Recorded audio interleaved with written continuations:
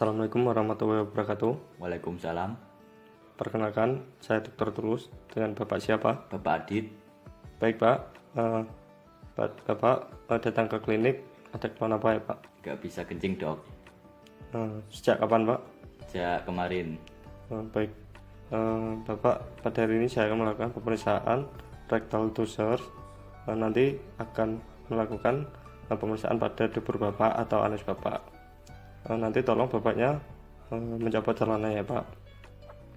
Apakah Bapak bersedia? Jadi ya. Baik Pak, silakan Bapak mencopot celananya dan silakan tiduran. Saya akan mencuci tangan terlebih dahulu. Baik Pak, saya akan melakukan pemeriksaan. Bismillahirrahmanirrahim. Pertama, saya akan melakukan inspeksi pada sekitar anus. Kita nilai adanya inflamasi atau peradangan atau tidak, kemudian kondiloma. Lalu untuk visura aninnya ada robekan atau tidak, kemudian ada skin tag atau tidak, kemudian kita nilai warna kulitnya dengan sama dengan sekitarnya atau tidak, kemudian kita nilai adanya prolaps rektum atau tidak, kemudian ada hemoroid atau ekstra atau internal yang kolaps atau tidak, kemudian kita lihat adanya polip rekti atau tidak. Selanjutnya saya akan melakukan palpasi. Baik Pak, silakan Bapak mengejan atau ngeden. Silakan Bapak ngeden Pak. Kita lihat apakah keluar massa atau tidak. Kemudian jika keluar massa, kita bisa nilai atau periksa jumlah massanya, kemudian letak massa di jam berapa, lalu perubahan mukosa, terus apakah ada warna merah kebiruan atau tidak, kemudian berdarah atau tidak. Tapi pada pemeriksaan ini tidak ada keluar massa. Baik, ini sudah posisi litotomi. Kemudian saya akan melakukan pemeriksaan palpasi. Saya akan memasukkan jari ke dalam dubur Bapak yang sudah dikasih gel. Pertama, kita nilai adanya nyeri tekan atau tidak. Jika ada nyeri, bilang ya Pak. Kemudian saya akan memasukkan jari ke dubur Bapak. Permisi ya Pak, saya akan memasukkan jari. Kita nilai pertama saat masuk satu ruas, kita nilai tonusnya atau tonus sphincter ani, apakah tonusnya cukup menyekram jari atau tidak. Kemudian kita masukkan lagi untuk ruas yang kedua jari. Kemudian kita nilai mukosa, kita evaluasi. Normalnya licin, ini normal ya karena licin, kemudian tidak teraba tumor atau massa. Lalu kita masukkan lagi untuk ruas yang ketiga jari. Kita nilai ampulanya kosong atau tidak kolaps, kemudian tidak teraba tumor juga. Kemudian kita agak ke atas, apakah ada massa atau tidak. Lalu kita ke posisi jam 6. Baik Pak, jika teraba tumor, kita periksa ada berapa tumor, kemudian berapa sentimeter jaraknya dari garis anukutan, kemudian lokasi dipukul berapa saja, lalu kemudian besar tumornya kita lihat besarnya seberapa, lalu permukaan nyeri atau tidak, kemudian mudah digerakkan atau tidak, lalu konsistensinya padat, kenyal atau rapuh, kemudian berdarah atau tidak. Kemudian kita kelilingi dari jam 9 ke jam 3. Dirasa nyeri atau tidak. Kemudian untuk pemeriksaan pada laki-laki kita nilai juga untuk prostatnya. Kita putar ke posisi jam 12 memutar, kita nilai batas prostat, kemudian kita ukur batas lateral kanan dan batas lateral kiri. Nah, normalnya itu 2 cm. Kalau ini teraba sekitar 4-5 cm. Berarti ada pembesaran. Nah, kemudian kita nilai sulcus medianusnya. Pada pemeriksaan ini teraba cembung, normalnya cekung. Kemudian kita nilai juga pol atasnya. Kita ke atas jam 12, normalnya tercapai.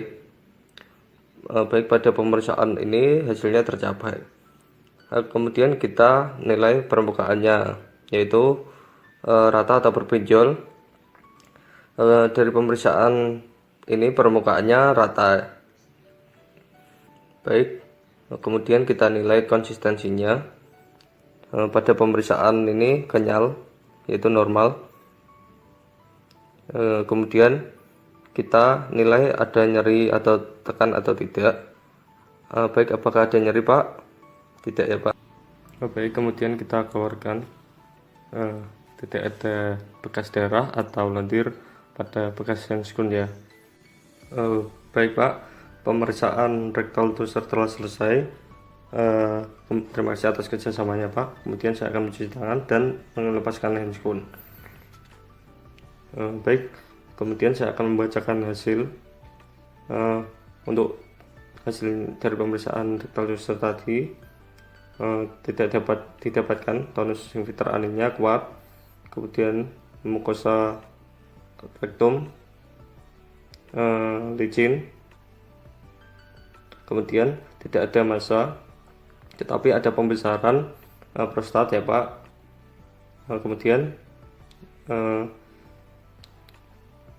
batas atas teraba, konsistensi kenyal, kemudian permukaan licin, lalu nodul tidak ada nyeri tekan, kemudian tidak ada darah. Untuk itu saya menyarankan untuk pemeriksaan lebih lanjut ya, Pak. Silakan ke radiologi. Baik, terima kasih.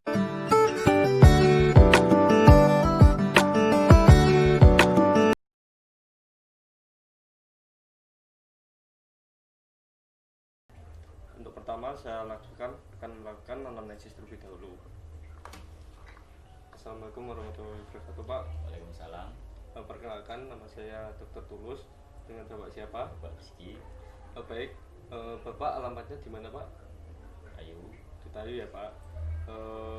Umurnya berapa? 18.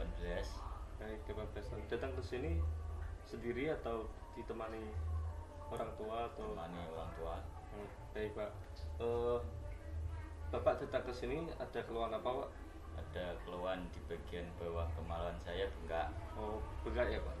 Baik, untuk itu saya nanti akan melakukan pemeriksaan fisik untuk bagian urogenital. Apakah Bapak bersedia untuk nanti celananya dibuka untuk melakukan pemeriksaan? Bersedia.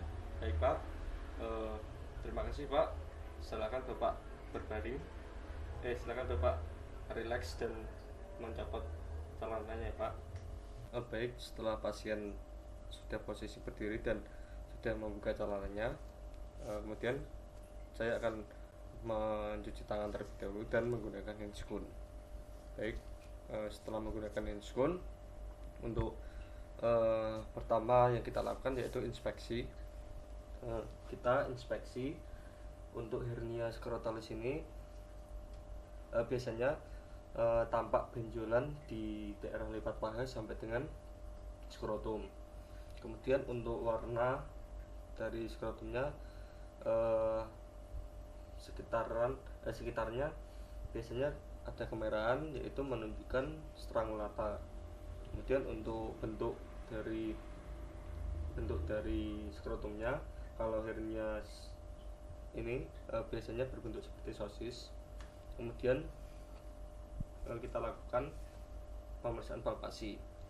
Kita palpasi daerah skrotum, lipat paha sampai dengan skrotumnya. Kita lihat apakah teraba massa atau tidak. Jika hernia ini biasanya teraba massa pada pemeriksaan palpasi.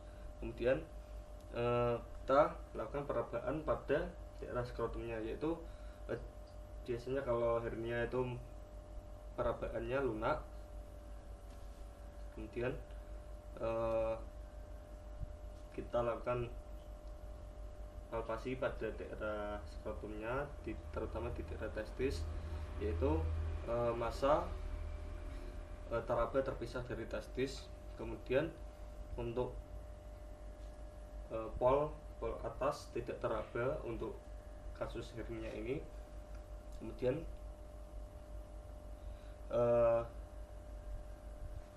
kita lakukan pemeriksaan diafanoskopi, yaitu kita gunakan senter. Kemudian kayak seperti corong, kita lihat. Baik, untuk skrotum, untuk hernia ini hasilnya negatif, yaitu skrotumnya berwarna kemerahan jika dilihat menggunakan senter. Baik, selanjutnya kita lakukan pemeriksaan auskultasi.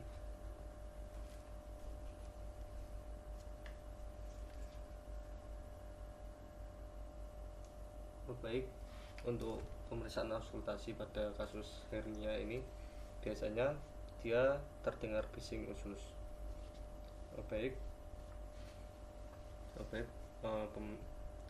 Pemeriksaan pada kasus hernia skrotalis ini telah selesai. Terima kasih atas kerjasamanya. Wassalamualaikum warahmatullahi wabarakatuh.